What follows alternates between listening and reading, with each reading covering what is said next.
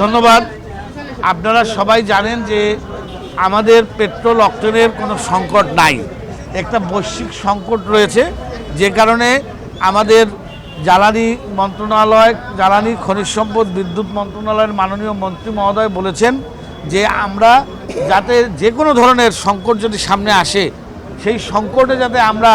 মোকাবেলা করতে পারি এবং স্বাভাবিকভাবে ডিজেল পেট্রোল অক্টেন সাধারণ মানুষের কাছে,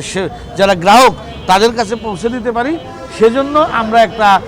মনিটরিং সিস্টেম আমরা শুরু করেছি। সেই ধারাবাহিকতায় আমাদের মাননীয় মন্ত্রীর সঙ্গে আমার কথা হয়েছে এবং আমরা স্যারকে বলেছিলাম যে আমরা একটি ফুয়েল কার্ড সিস্টেমের মধ্য দিয়ে আমরা সিরাজগঞ্জ জেলায়, সারা জেলায় আমরা একটা পেট্রোল অক্টেন গ্রাহকের মাঝে পৌঁছে দেওয়ার একটা সিস্টেম আমরা চালু করতে চাই। আমাদের কাছে মনে হয়েছে যে এই পদ্ধতিতে সকল গ্রাহক তার প্রয়োজন অনুযায়ী কার্ড, ফুয়েল কার্ডের মাধ্যমে পেট্রোল অক্টেন পাবেন। তো স্যারের নির্দেশনায় আমরা এটি অলরেডি গতকালকে থেকে আমরা ফুয়েল কার্ড ইস্যু শুরু করেছি। গতকালকে আমাদের সারা জেলায় আমাদের প্রায় 2000 ফুয়েল কার্ড ইস্যু হয়েছে এবং আজকেও এটি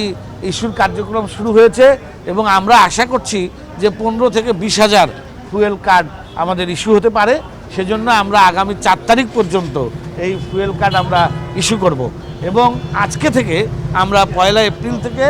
ফুয়েল কার্ড ব্যতীত কোনো পাম্পে পেট্রোল অক্টেন সরবরাহ করা হবে না, সে নির্দেশনা দিয়েছি। তারই ধারাবাহিকতায় কিন্তু ইতিমধ্যে ফুয়েল কার্ডের মাধ্যমে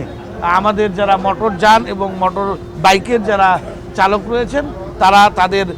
ফুয়েল কার্ড ইস্যুর মধ্য দিয়ে তারা তাদের যে পরিমাণ নির্ধারণ করে দেওয়া আছে সে অনুযায়ী তারা স্বাচ্ছন্দ্যে পেট্রোল নিচ্ছেন, অক্টেন নিচ্ছেন। এবং আমরা মনে করি যে এই পদ্ধতি যদি আমরা 100% চালু করতে পারি আগামী এই সপ্তাহের মধ্যে, 1 সপ্তাহের মধ্যে, তাহলে আমাদের পাম্পে যে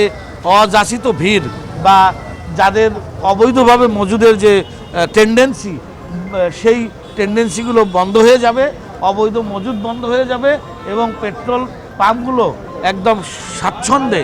স্মুথলি তাদের এই যে পরিমাণ অক্টেন বা পেট্রোল তারা পাবেন সেটি গ্রাহকের কাছে বিতরণ বা বিক্রি করতে পারবেন।